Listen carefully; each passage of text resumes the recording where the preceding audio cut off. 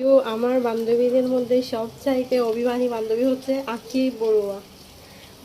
তো ও একটা সময় মানে আমরা একসাথে পড়ালেখা করছি ক্লাসের মধ্যে, ওর সাথে বসতাম, পাশাপাশি গল্প করতাম। ও আমাদের বাসায় আসতো, ওর ফ্যামিলিও আসতো।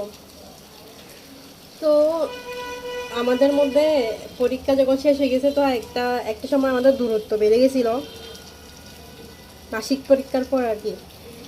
যখন দূরত্ব বেড়ে গেছিল তখন মানে ও ফোন করতো। আমি আমার পরীক্ষার পরে মানে মন মানসিকতা তেমন মানে কেমন জানি হয়ে গেছিলো, সেজন্য মানে যোগাযোগ একটু কম করতাম। ও করতো কল, মাঝে মধ্যে আমি বিরক্ত বোধ করতাম, মানে কোনো কারণে আর কি। আমার তখন কোনো কারণে মনটা খুবই খারাপ ছিল, তো ও ফোন করলে আমি ধরতাম না।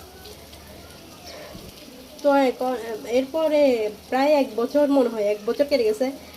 1 বছর পর এখন দেখতেছি এমন রাগ করছে। ও হচ্ছে বড়ুয়া, বড়ুয়াদের আসলে অনেক রাগ। কেন মানে রাগ করার কারণও আছে। ও আমার সাথে যোগাযোগ করতো কিন্তু আমি ওর সাথে যোগাযোগ করতাম না। তো এটা ও রাগ করারও কারণ আছে, যুক্তি আছে। আমারও দোষ আছে, সম্পর্ক দুজনের থেকে রাখতে হয়। আর তো ও চেষ্টা করতো আমার সাথে যোগাযোগ করার জন্য, কিন্তু আমি করতাম না। সরি বান্ধবী, এই ভিডিওটা তোমাকে উদ্দেশ্য করে বানানো। আসলে আমি তখন, তুমি তো জানো, মানে তখন মন মানসিকতা তেমন একটা ভালো ছিল না, সেই জন্য তোমার কল রিসিভ করতাম না। তুমি যদি আমার ভিডিও দেখে থাকো তাহলে আমার সাথে যোগাযোগ করিও।